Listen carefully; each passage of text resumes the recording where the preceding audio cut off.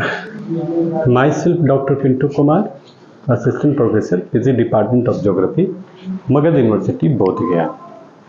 आज मैं आप लोगों का क्लास ले रहा हूँ डिफरेंट टाइप्स के रिवोल्यूशन से रिलेटेड है, क्रांति से, एग्रीकल्चर जिसको रिवोल्यूशन कह सकते हैं।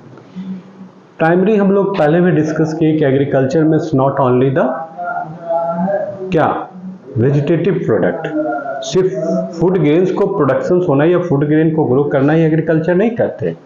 Any means of production which has been produce from the primary source of either land, water, anythings. ठीक है, जैसे पानी से मछली उत्पन्न होता है, दैट इज ऑल्सो एग्रीकल्चर। जमीन से ग्रेन्स, फूड ग्रेन्स वगैरह आते हैं, उसको भी एग्रीकल्चर।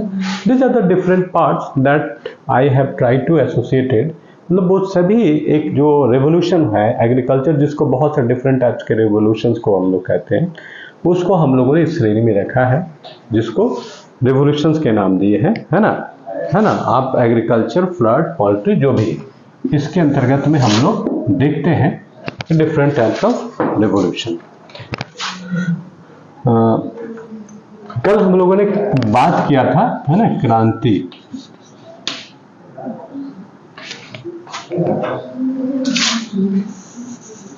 को रिवोल्यूशन, कल हम लोगों ने बात किया था कि एग्रीकल्चर के बारे में, कैसे भारत में ग्रोथ हुआ और किस तरीके से फर्स्ट, सेकंड, थर्ड जो 5 ईयर प्लान्स थे उसमें किस तरह का सुधार का एक प्रयास हुआ, जिससे भारत में एग्रीकल्चर या जो भी प्रोडक्शंस को बढ़ाने के लिए 4 इंपॉर्टेंट डिटर्मिनेंट है। पहला फिजिकल डिटर्मिनेंट, फिजिकल फैक्टर, भौतिक जिसको कारक कहते हैं। वो भौतिक कारक क्या है? कहीं कृषि किया जा रहा है, वहाँ का लैंड फॉर्म्स कैसा है, ट्रेन है, अगर सीढ़ीनुमा पहाड़ी एरिया है तो सीढ़ीनुमा खेत बना के होंगे, झूमिंग है, झूमिंग कृषि होगी, अगर जंगल से एरिया है साफ करके, प्लेन से एरिया है तो उसमें प्लेनी एरिया होगी।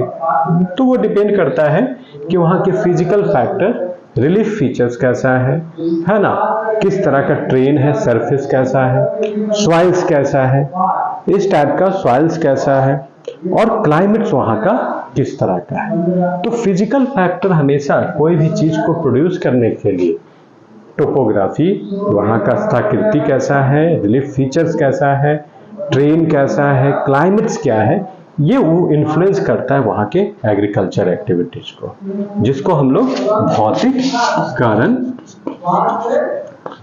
कहते हैं। दूसरा इंस्टीट्यूशनल कारण होता है। इंस्टीट्यूशनल कारण क्या होता है? जिसको संस्थागत सुधार की बात करते हैं। भूमि का आकार अगर छोटा है तो भूमि का हदबंदी, जुतबंदी, साइज ऑफ लैंड, कितना बड़ा लैंड है, किस तरह का एग्रीकल्चर होना चाहिए, प्रोड्यूस होना चाहिए, वो सारी चीजें इंस्टीट्यूशनल फैक्टर्स में आते हैं, जिसको हम लोग लैंड होल्डिंग, साइज ऑफ जमीन जो लैंड का है, लैंड रिफॉर्म्स होना चाहिए, लोगों को, बहुत जमींदार हैं, बहुत लोग हैं जिसको लैंड रिफॉर्म होना चाहिए। ये सभी चीजें जो आते हैं वो आपका इंस्टीट्यूशनल फैक्टर में आता है कि हम भूमि को सुधार करने के लिए, कृषि को सुधार करने के लिए किस तरीके से लैंड का व्यवस्था रखें, उसका आकार से लेके, साइज से लेके लैंड रिफॉर्म मूवमेंट हो, ताकि हर लोगों का, जो मजदूर दिन भर काम कर रहे हैं, उनको प्रॉपर मिले। इस तरीके का उसको व्यवस्था को इंस्टीट्यूशनल कहते हैं। तीसरा है इंफ्रास्ट्रक्चरल। इंफ्रास्ट्रक्चरल बहुत इंपॉर्टेंट है। इरिगेशन की फैसिलिटीज की व्यवस्था हो, स्टोरेज का व्यवस्था होना चाहिए, मार्केट का व्यवस्था होना चाहिए, क्रेडिट होना चाहिए कि अगर किसान को बहुत ज़्यादा जरूरत पड़ रहा है अकाल का, या कोई फसल बर्बाद हो गया, तो उसका इंश्योरेंस होना चाहिए, क्रॉप इंश्योरेंस होना चाहिए कि अकाल पड़ा, बाढ़ आ गया या पशु उसको खा गया। क्रेडिट सुविधा होना चाहिए कि जरूरत पड़ने पर उनको क्रेडिट फायदा मिल सके, सीड खरीदने के लिए, बीज खरीदने के लिए। ये सारी चीजें जो है उसको प्रमोट करता है। मार्केटिंग का व्यवस्था हो, स्टोरेज का व्यवस्था हो, है ना, फर्टिलाइजर का व्यवस्था हो, हाई यील्डिंग वैराइटीज उसको आसानी से मिल सके, उन्नत किस्म के बीज जिसको कहते हैं, उस तरह का व्यवस्था हो, इसको इंफ्रास्ट्रक्चरल फैक्टर कहते हैं। चौथा फैक्टर होता है टेक्नोलॉजिकल, जिसको आप बहुत तरह का टेक्नोलॉजिकल में आपका जैसे पेस्टिसाइड्स हो गया, फॉर्म मैकेनरी हो गया, मशीन हो गया, है ना, high yielding varieties, chemical fertiliser हो गया, हाई यील्डिंग वैराइटीज हो गया, उसको कैसे हम उन्नत किस्म के बीजों का संकलन कराकर उसको प्रॉपर उसके हिसाब से मार्केटिंग व्यवस्था कराना, टेक्नोलॉजिकल इम्प्रूवमेंट कराना, नए नए कृषि में उत्पादों के लिए नए नए तकनीक का प्रयोग करना। अभी हम लोग देख रहे हैं ट्रांसजेनेटिक क्रॉप्स के बारे में पढ़ा, बायोटिक क्रॉप्स के बारे में। ये क्या होता है? एक ऐसा क्रॉप जिसको सुई से या दवाई दे करके इस तरीके का यूज किया जाता है कि बहुत कम समय में तेज प्रोडक्शन देता है बिना सिंचाई वगैरह का। तो इसको क्या कहते हैं? Genetic transformation. जैसे बेटी बैगन का कॉन्सेप्ट आपने सुना, बेटी कॉटन्स का कॉन्सेप्ट आप लोगों ने सुना होगा। अगर कोई नाम जानता होगा, वंदना शिवा का, he is great environmentalist, doctor Vandana Shiva. I have done a lot of, I have participated in her lot of activities and collaborated in some of the program during my PhD periods in Varanasi. तो doctor वंदना शिवा के lecture देख लो, वो बेटी cotton की बात करती क्या है? This are the transgenetic genetic crops की आप बात कर रहे हैं। बेटी कॉटन है, बेटी बैंगन है, ब्रिंजल है, उस तरीका से जो एक टेक्नोलॉजिकल चेंजेज आ रहा है कॉम्पिटिट करने के लिए वर्तमान समय में जो इन एग्रीकल्चर के सामने चुनौतियां हैं उनको इम्प्रूव करने के लिए। इन सभी चीजों को देखते हुए ये बात होती है एक रिवोल्यूशन की हुई। भारत में कृषि प्रोडक्शंस के विभिन्न कृषि के जो विविध आयाम है, चाहे एनिमल हस्बेंड्री हो, पोल्ट्री हो, सेरिकल्चर हो, पिसीकल्चर, डिफरेंट टाइप्स की चीजों को ग्रोथ करने के लिए भारत में एग्रीकल्चर रिवॉल्यूशंस की नाम से जाना गया है ना, जिसको डिफरेंट टाइप्स के एग्रीकल्चरल रिवॉल्यूशंस हैं ये कहते हैं। सबसे पहले हम बात करते हैं ग्रीन रिवॉल्यूशन, जो मेनली फूड ग्रेन से रिलेटेड था। ग्रीन रिवॉल्यूशन जिसको मैक्सिको के एक किस्म है जो 1950 के दशक में वहां इस तरह का डेवलपमेंट हुआ था, और हाई यील्डिंग वैराइटीज। इससे पहले भारत क्या था? PL 480 नामक ये क्या था? गेहूं, वीट का एक तरह का किस्म था, जो यूएस के साथ में एक कॉन्ट्रैक्ट हुआ था, जिसके अंतर्गत ये कहा गया था कि भारत 3 सालों तक अपने खाद्यान्न की पूर्ति हेतु वो वहां से उधार लेगा, और इस पर हम लोग डिपेंडेंट थे, और जिसका लगभग 3 मिलियन टन से लेकर ज्यादा तक वहां से आते थे, और राइस के ऊपर हम लोग डिपेंडेंट थे। धीरे धीरे वो समस्याएं आई, अब बाहर वो देना बंद हुआ। जैसा कि हमने बताया था कि इंदिरा गांधी गई तो एक बार वहां रूजवेल्ट जो वहां के राष्ट्रपति थे, उन्हें लगा कि वो सोने के सूप से इंदिरा गांधी के आंचल में हमारे जो प्रधानमंत्री थे उनमें ग्रेन्स डाल रहे हैं, तो ऐसा लगा कि एक हमें वहां भिखारी के तौर पर प्रस्तुत किया गया भारत को। तो एक कहीं न स्वाभिमान की बातें थी। उस समय मैक्सिको और अमेरिका आपस में एक दूसरे का एंटी, और इसलिए वो भारत को सहयोग भी किया। उनका पॉलिटिकल इनस्टेबिलिटी, पॉलिटिकल कॉन्फ्लिक्ट के कारण भारत को उसमें फायदा भी हुआ, सहयोग भी किया, और इस प्रकार इंदिरा गांधी जो वहां चल रहा था सबसे पहले हाई यील्डिंग वैराइटीज जिसको कहते हैं उन्नत किस्म के बीज के रूप में मैक्सिको ने सफल प्रयोग शुरू किया, और वहां नॉर्मल जो वार्लिंग है, जिनको फादर ऑफ ग्रीन रेवोल्यूशन कहा जाता है, नॉर्मन वार्लिंग,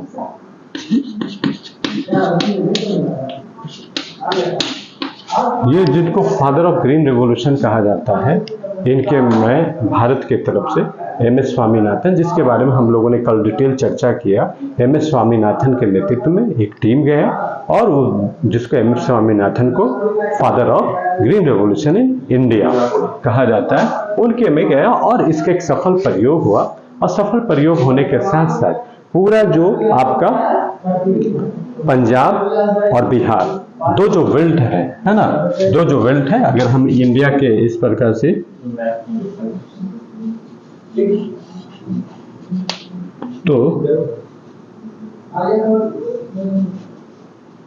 तो ये जो एरिया है ये पूरा वीट के लिए, और ये राइस बेल्ट के लिए, वीट और ये राइस बेल्ट के लिए इस प्रकार से ये डेवलपमेंट हुआ, और इस प्रकार से ये एरिया मात्र 2 ही कुछ क्षेत्रों में वीट एंड राइस के प्रोडक्शंस के लिए रहा। उसके बाद बहुत सा उसका प्रॉब्लम्स भी देखने को मिला, है ना।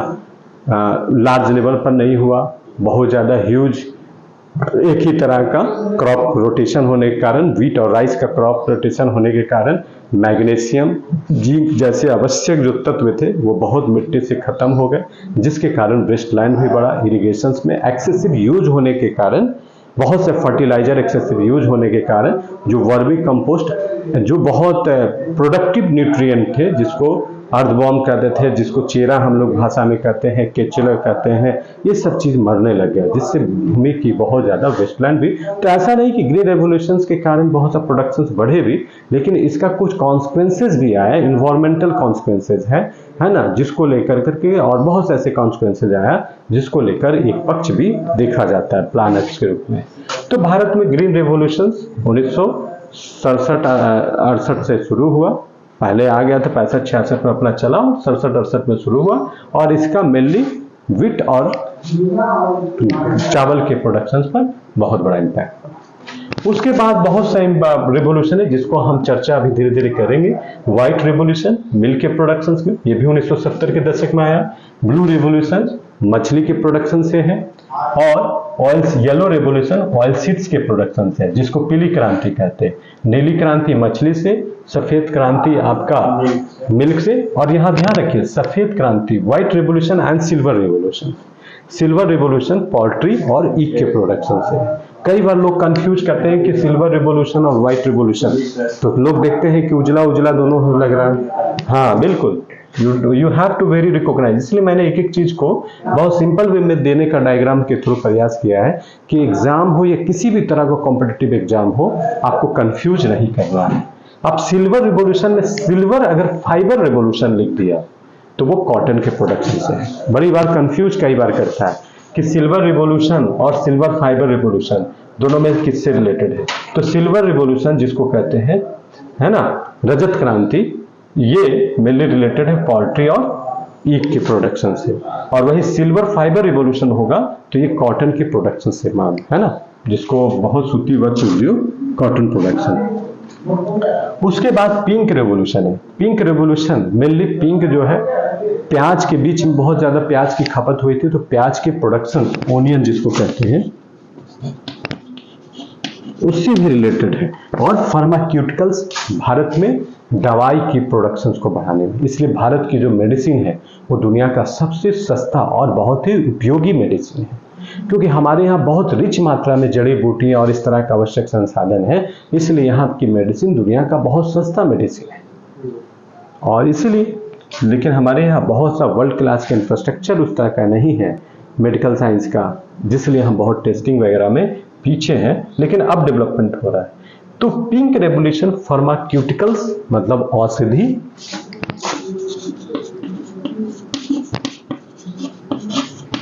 फार्मास्यूटिकल्स और ओनियन, प्याज वाज, कहीं पर भी प्याज के प्रोडक्शन से भी पूछेगा कि विच इज ओनियन प्रोडक्शन और फार्मास्यूटिकल प्रोडक्शन। ठीक है। गोल्डन रिवोल्यूशन हॉर्टिकल्चर की, कहीं कहीं पर गोल्डन रिवोल्यूशन को कभी कभी हनी बी के प्रोडक्शन से भी लोग देखते हैं, लेकिन गोल्डन रेवोल्यूशन हॉर्टिकल्चर से, हॉर्टिकल्चर में फल उद्यान, फल है, साग है, सब्जी है ना, ये सारे जो भी होते हैं उद्यान, उससे रिलेटेड होता है। तो गोल्डन रेवोल्यूशन हॉर्टिकल्चर। अब जब गोल्डन फाइबर रिवोल्यूशन हो जाएगा तो जूट के उत्पादन से। अब तो जूट का बहुत ज्यादा उत्पादन, लेकिन एक क्रांति इसके लिए जो जाना जाता है गोल्डन फाइबर रिवोल्यूशन, है ना। तो अगर गोल्डन रिवोल्यूशन पूछ दे, गोल्डन फाइबर रिवोल्यूशन, दोनों में क्या अंतर है, तो बिल्कुल ध्यान रखना है कि हॉर्टिकल्चर से और दूसरा जूट के उत्पादन से। ग्रे रिवोल्यूशन की बात करते हैं फर्टिलाइजर के उत्पादन से, जो केमिकल फर्टिलाइजर बहुत इंपॉर्टेंट रहा भारत की कृषि को वृद्धि करने में, विकसित करने में। तो ग्रे रिवोल्यूशन जो है फर्टिलाइजर, उर्वरक के, है ना, जिसको chemical, mainly chemical fertiliser, we are not just talking about chemical fertiliser, chemical fertiliser जिसको एनपीके ये सब, हाँ मतलब देखो प्रोडक्शंस की जब भी कोई क्रांति हुई तो किसी प्रोडक्शंस को बढ़ाने के लिए, अगर हम वर्मी कंपोस्ट और ये जो कंपोस्ट की बात करें, ये तो हमारा नेचुरल प्रोसेस है, बहुत ये है, लेकिन इसके लिए फिर इंडस्ट्री लोकेट हुआ, ये हुआ, तो इसलिए grey revolution is mainly related to chemical fertiliser. Brown revolution भूरी क्रांति जिसको कहते हैं। ब्राउन रिवॉल्यूशन रिलेटेड है किससे? हनी बी की। बहुत से यहाँ पर शहद का उत्पादन, शहद के बहुत से प्रोडक्ट को तैयार करना, उससे रिलेटेड है। हनी बी से रिलेटेड है brown revolution. Black revolution related है भारत में पेट्रोलियम और गैस, जो पेट्रो पदार्थ है उसको वृद्धि करने से।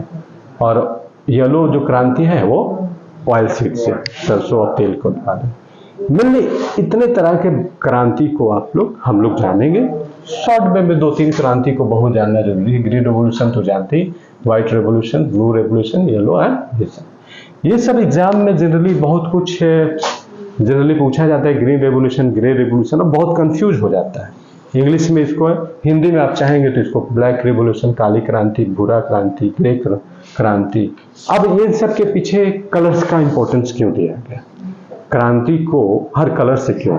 देखो, agriculture is mainly primary means of sustenance है। तो जब डिफरेंट टाइप्स की जो ग्रीन रेवोल्यूशन की बात किए, उसी के बाद सारी क्रांति शुरू हुई, तो उसी के कारण ग्रीन और कलर को बहुत सारे डिफरेंट टाइप्स की उसके जो प्रोडक्शन से, उसके कलर से उसकी तुलना किया गया, है ना। जैसे ब्लू फिश को क्यों कहा? फिश तो ब्लू नहीं होता है, लेकिन पानी का कलर जो होता है जनरली नीला होता है। इसलिए ग्रीन रेवोल्यूशन के बाद जो पहला फिश रेवोल्यूशन को आया, उसके बाद दूध है तो व्हाइट क्रांति। आपका ये पोल्ट्री है तो थोड़ा सिल्वर दे दिया, व्हाइट था तो सिल्वर टाइप का दे दिया, क्योंकि व्हाइट तो पहले दिया जा चुका था, फ्लड। अब ये जो है व्हाइट रेवोल्यूशन है, इसी को ऑपरेशन फ्लड भी आप लोगों ने सुना होगा, है ना। ऑपरेशन फ्लड नहीं, व्हाइट रेवोल्यूशन गुजरात से शुरू हुआ था। आनंद नामक एक जगह है। I am going to deliver a special lecture on the white and blue revolution, both side. This two revolution is very important for India, है ना। बाकी और सबके लिए इंट्रोडक्शन पोर्शंस में हम लोगों ने ये जान लिया। तो कोई चीज के इसमें डाउट हो तो पूछ सकते हैं, नहीं तो अब हम लोग हाँ